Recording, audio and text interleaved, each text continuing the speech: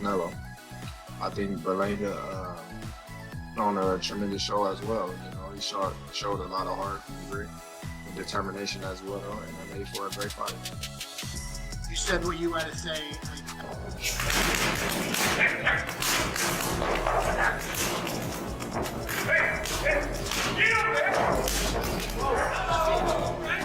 After weeks of anticipation, Gervonta Davis finally released training footage on his Instagram and X accounts, giving fans a glimpse of his intense preparation. The video showcased Davis's lightning-fast speed, quicker than ever seen before, leaving fans and boxing insiders buzzing. As the saying goes in boxing, it's the punch you don't see that hurts the most, and Davis proved that with his blistering combinations. Among those who reacted was none other than Terence Crawford. While his comments seemed positive on the surface, he appeared to subtly downplay Davis's performance. Crawford didn't mention Davis by name, but it was obvious who he was referring to, leading fans to believe he was withholding full credit from a rising star. If you can punch, you can punch. You know, it may not have the same effect that it did on a smaller guy and on a bigger guy, but if you sharp, you sharp. Right. You know, and I don't.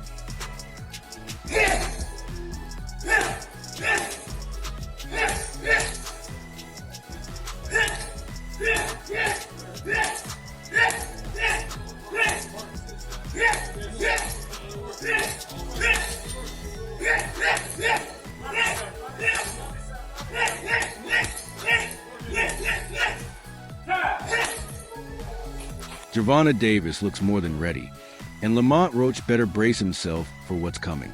Davis began his training session with several minutes of shadow boxing before moving on to the mitts. The standout element of the footage? Pure speed. His blistering hand speed, combined with the power of an undefeated fighter, points to one thing: a potential knockout finish. Tank is clearly preparing to be even more dangerous in the upcoming rematch, aiming to land those punishing shots Roach won't see coming. Davis was also seen working the heavy bag and throwing rapid-fire combinations on the pads with his trainer. No exaggeration, he's putting in some serious, high-level work.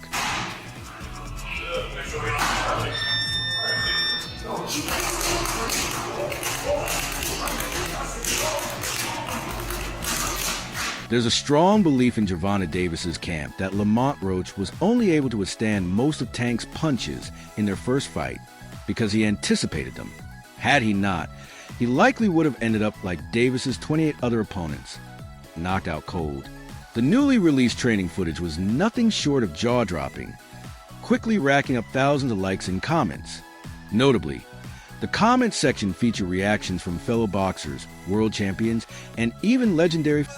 Ready, go.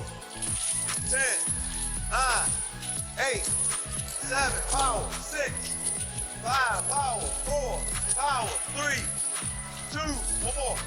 Good. Hold the head. Hold on to the bed. That lawnmower. After completing his body exercises, world champion Gervonta Davis moved on to an intense session with the mitts and punching bag, testing both his power and precision. He later engaged in sparring with an unidentified partner before taking a brief rest. In a recent post on X, Davis was seen working the heavy bag for a full hour without a single break, a clear demonstration of his endurance, focus, and elite skill set. Grueling sessions like these are what shape true champions. While Davis's status as a top-tier fighter is undisputed, his recent training efforts deserve extra recognition. His display of raw power, athleticism, and relentless drive reinforces why he's considered one of the most feared fighters in the lightweight division. Davis appears to be gearing up to turn Lamont Roach into his next punching bag, and with Roach showing some confidence of his own, he'll need to back it up inside the ring if he hopes to survive the onslaught in addition to his training.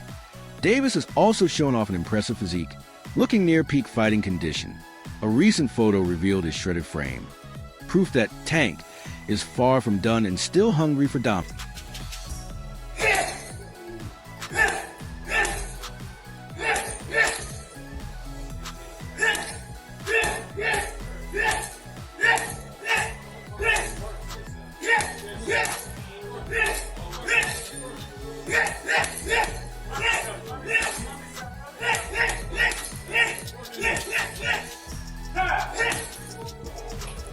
Fans have taken notice of Gervonta Davis's impressive condition, suggesting it could be a clear sign he's reconsidering retirement.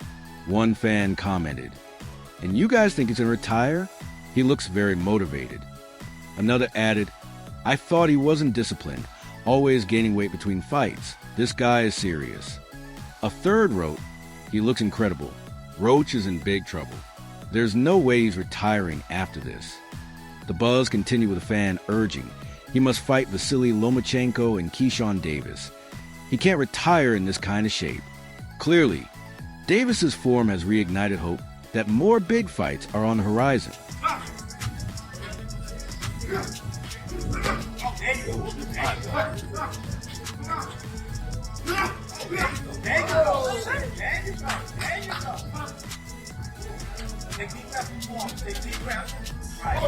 One fan, however, offered a more skeptical take, saying, "Getting in shape just to knock out someone who never stood a chance?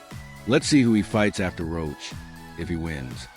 Meanwhile, Lamont Roach remains confident and motivated. "I worked my head off of this," Roach said. "If he's on his way out, why not be the one to kick him out? I love proving people wrong, and I damn sure love proving myself right." Clearly fired up, Roach added, "Right now, they really got me messed up. So yeah, I got upsetting a lot of people on my agenda." He's aiming to make this about the fight of the year and a launching point for his legacy run. Looking ahead, Roach says he's targeting another champion next, whether at 130 or 135 pounds.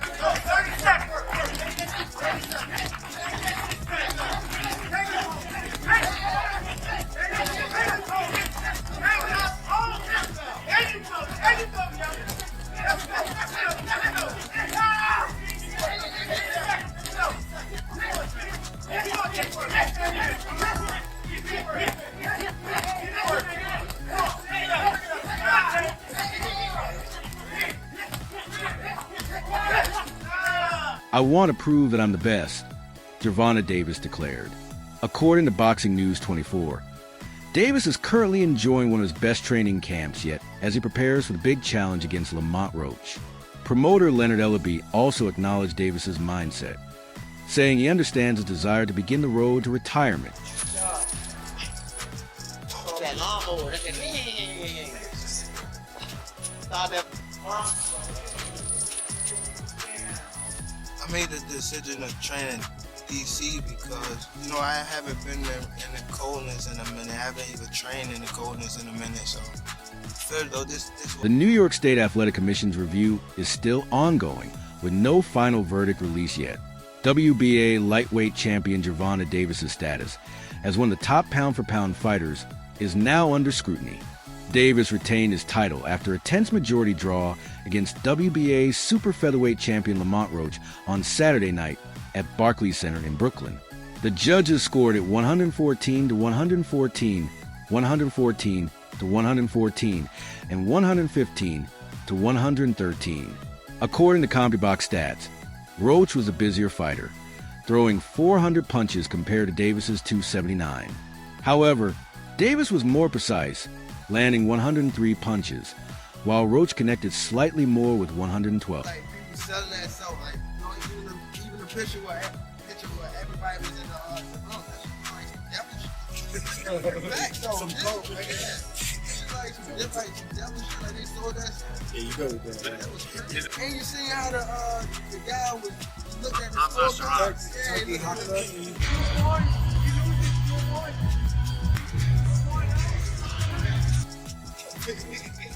Although one of the three judges believed Gervonta Davis had done enough to win, the other two did not, resulting in a majority draw. A pivotal moment came in round 9, which proved to be the most controversial part of the fight. After absorbing several sharp shots from 29-year-old Lamont Roach, a Washington, D.C. native, Davis suddenly dropped to one knee. By the letter of boxing rules, referee Steve Mills should have called it a knockdown, which would have made the round 10-8 in Roach's favor instead of 10-9, potentially shifting the result with a 1-point advantage on the even scorecards. Davis later gave a surprising explanation for the incident, saying, "I just got my hair done 2 days ago, and she put grease in it. When I started sweating, it got in my face." The 30-year-old Baltimore native also expressed frustration over the lack of ring card girls, claiming he didn't know what round it was during the fight, adding another layer of confusion to an already dramatic night. If you got a talent, the money gonna come, for sure. So I wouldn't tell them to focus on the money. Hey, if their talent there, I don't worry about the money. That's all you gotta worry about. If he takes a knee and the ref starts counting, it should be a knockdown, Roach said. If it's ruled a knockdown, I win the fight. The New York State Athletic Commission told ESPN that a technical issue prevented them from reviewing video of the controversial moment within the allowed time to make a correction.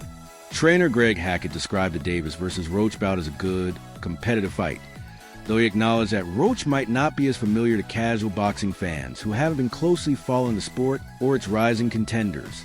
Really tough fight. Like, Lamont Roach is a serious fighter. I said it might not be the biggest profile fight, but it's actually quite a tough fight. And Shakur said to me, like, even the day before, I'm telling you, he's going to have big trouble tomorrow night. And I just feel like hopefully this could be the little something that gives Gervonta a little wake-up call to take him back to the mindset of maybe where he was. Do you know what I'm saying?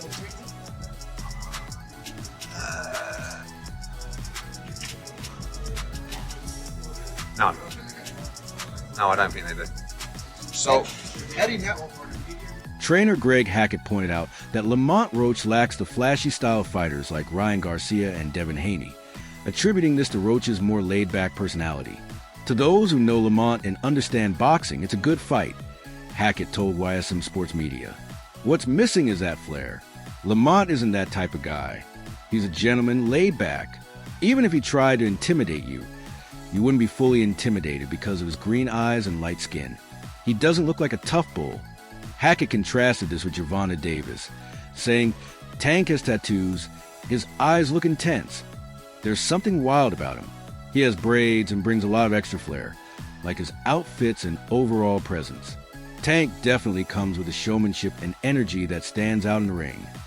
While Roach fights with calm professionalism, Davis brings a flash and intensity, making their upcoming clash all the more intriguing.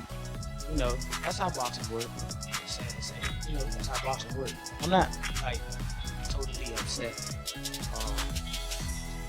I figured with a superstar, you won't get too much. Lamont is just a cool bull. He can fight, and he's a champion. We should respect him as such, Hackett said. The problem is people are always chasing hype in big-name fights, but honestly, this is a great matchup. Lamont Roach knows Tank Davis, and Tank knows Lamont Roach. It's a local fight that means a lot to their community in the DMV. It's huge for them. Hackett also pointed out their shared experience, saying, both have fought Hector Garcia. Tank fought him just a year and a half ago. That's important because it shows they're competing at the same level of boxing. This history adds depth and significance to their upcoming bout. But then was Pitbull. You know what I'm saying? Like, and that's just in height. The stature, he was, you know, technically bigger than Tank too. But you know, Tank is comfortable at 135. So how can we say Tank is cherry picking when Roach holds a title and they have history? They know each other well, Greg Hackett said. The only thing Roach lacks is that flashy flair like Ryan Garcia or Devin Haney, who've had the spotlight for years. In a career filled with big fights, world titles, and huge paydays, the 37-year-old has been searching for an opponent who motivates him to get out of bed every morning. WBC junior middleweight champion Sebastian Fondora, IBF title holder Bakker Murtazev, and former WBO champ Tim Tsai were all considered, but none had the star power he sought. Undisputed super middleweight king Canelo Alvarez, however, certainly fits that bill. It's boxing. What's gonna happen is gonna happen. It's boxing. What once seemed like a pipe dream has become reality. Crawford and Alvarez will officially face off on September 13th, with the venue still to be decided. Fighting Alvarez comes with significant risks. The Mexican star is a powerful puncher and a skilled outside boxer. Yet, the dangers in the ring are outweighed by the potential financial rewards and the chance to cement Crawford's legacy. A victory would make him a three-division undisputed champion.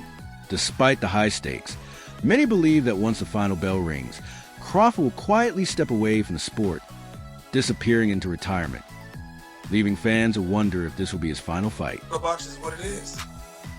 I mean, you just don't ever know what can happen in the sport. I mean, we take losses every day, even though I may have had my hand raised every time I went out there before, but when I lost... Rumors about retirement haven't affected Crawford's preparation at all. It's not just because he's focused on Alvarez, but also because he's unsure what the future holds beyond their big fight in 3 months. We shall see whether I decide to hang them up or not. Crawford told Sporting News Australia when asked about retiring after his super middleweight debut. He's closer to the end of his career than the beginning or even the halfway point.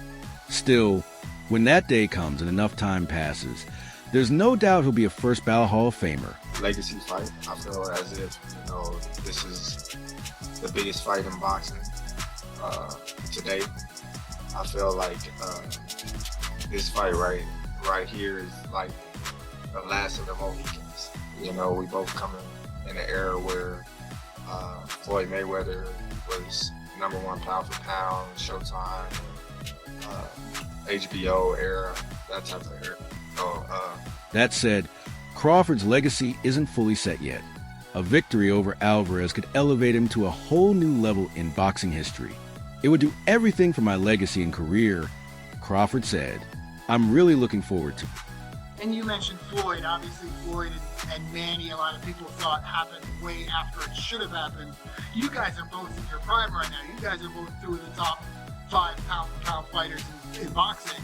This is the biggest fight in boxing right now. Definitely, and that's what I've been saying. You got two guys, top 3. Canelo Alvarez and Terence Crawford are set to face off later this year in a highly anticipated clash between 2 of the best pound-for-pound boxers in the world. Alvarez's only career losses came against Floyd Mayweather and Dimitri Bivol. Mayweather's former manager, Jay Prince, believes Crawford will hand Alvarez another defeat. The fight is expected to take place at super middleweight, meaning Crawford will move up 2 weight classes from his last fight at 154 pounds, adding an extra challenge to the middle. I'm up for the challenge.